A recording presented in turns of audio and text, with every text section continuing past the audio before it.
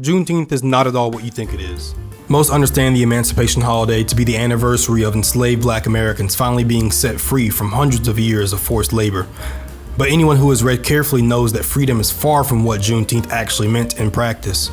President Abraham Lincoln is often praised as the great emancipator for his famous Emancipation Proclamation, which went into effect on January 1st of 1863. However, the path to freedom just wasn't that simple. The proclamation had practically no effect on Confederate states fighting hard against Union forces to continue holding the victims of their greed for free labor.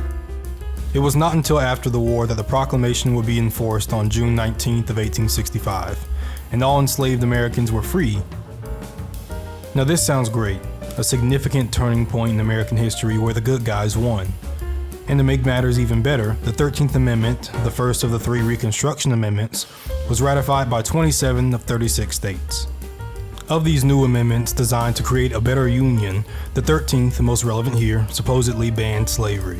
The 14th granted citizenship and equal rights to any person born or naturalized within the United States, while also granting due process and equal protection under the law.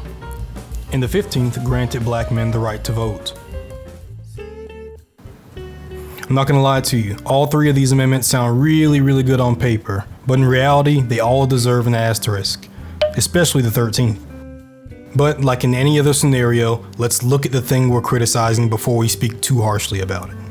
Now, since I am History Helms, I was actually able to get my hands on the real 13th Amendment, and I know most people just don't have that kind of pull. Okay, I'm gonna read through this, and you tell me where you see the issue. Neither slavery nor involuntary servitude, except as a punishment for crime, where... Okay, so you see it too. Here, let's finish the text, and then we'll figure out what it means. Neither slavery nor involuntary servitude, except as a punishment for crime whereof the party shall have been duly convicted, shall exist within the United States, or any place subject to their jurisdiction. It's here that we meet the deadly 13th Amendment loophole. You can probably see where this is going already. To put it simply, the amendment is saying here that enslaving someone is illegal unless they commit a crime. While we're here, it's important that I let you in on a little secret set of laws that existed mostly in the South called black codes. As a simple definition, we can see black codes as laws designed specifically to keep black or black-passing individuals from gaining social mobility, especially if they were formerly enslaved. One such South Carolina black code banned any, quote, person of color from entering the state unless they entered into a bond with landowners. Another Mississippi commanded that, quote, no freedman, free Negro, or mulatto shall keep or carry firearms of any kind, and this obviously included certain blades as well as ammunition. There were obviously several other black codes that restricted the use of banks, testifying against whites in court, and many other things, but maybe the most popular black code punished something called vagrancy. Essentially, a vagrant was any unemployed, homeless beggar. So essentially, if you were homeless, dark-skinned, and unemployed, you would go to jail and likely be leased out. More on that later. No, actually more on that now. Convict leasing was exactly what it sounds like, allowing private entities, whether they be large corporations or nostalgic former slaveholders, to acquire some form of slave labor. And while the partus sequitur ventrum, or the birth follows the womb law, that forced the children of enslaved mothers to also be enslaved was practically obsolete by the end of the Civil War, the cycle of new slaves is clear. Step 1. Enact or codify black codes. Step 2. Wait for blacks to inevitably make an attempt at social status. Step 3. Arrest blacks for falling into one of the many black code traps. Step 4. Set them up for convict leasing to repay their debt. Step 5. Profit.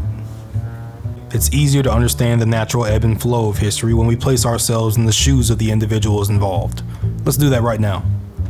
Imagine it's 1865 and you, unfortunately, are a slave.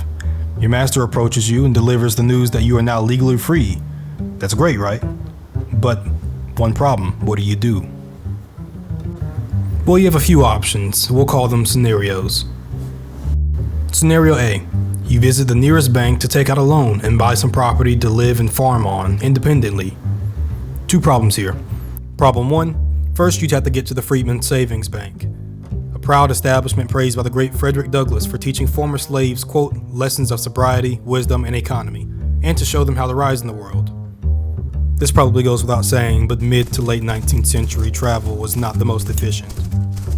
And odds are, if you were a former slave in 1865, then you were probably living somewhere in the Deep South, several hundred miles away from Washington, D.C., the location of the Freedmen's Savings Bank. Problem 2. Most southern states already had our aforementioned black codes in full effect, and one such black code banned blacks from owning property to even begin with. This means that even if you made the trip from the South to DC without being caught sleeping somewhere and arrested, and you succeeded in getting your loan, then the attempt to even get property would probably end you up in jail either way. But that's okay, because we have scenario B. You wander into town, searching for work. 2 problems here. Problem 1. Why would any business owner hire you, a freshly free enslaved person, over the countless convicts it could lease instead? Problem 2. You gotta remember, you were just a slave, so learning basic literacy skills like reading and writing were either discouraged, punished by whoever owned you, illegal in your jurisdiction, or all 3. You better pray you can find a hotel willing to accept black service, and you better hope you have the funds to pay for it before nightfall. Otherwise, getting caught as a vagrant would have you placed in jail. And you see it now. You see the cycle. Before we go, let's look at a quick scenario C. You accept your fate that post-Juneteenth America is much the same as pre-Juneteenth America and remain working for whoever purchased you back in legal slaveholding days, but now for a few cents.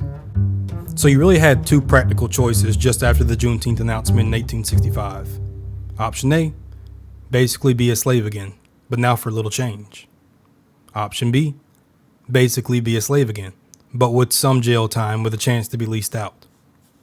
Fun fact, or maybe not fun fact, Alabama was actually the last state to officially end convict leasing in 1928, but that 13th Amendment was just as good as it was in 1865, so convict leasing still continued discreetly until President Franklin D. Roosevelt put an end to it in 1941.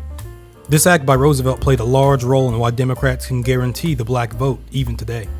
Maybe I'll make a video on that later. Now let me be clear, this video is not at all me telling you not to celebrate Juneteenth, or that Juneteenth is pointless, and that you shouldn't like it. Instead, this video exists for me to remind you that no significant change in our American history has occurred through one speech, one war, or one piece of legislation. But listen, if you enjoyed this content and you want more like it, leave a like, comment down below, and subscribe to the channel. There'll be more content just like this coming really soon.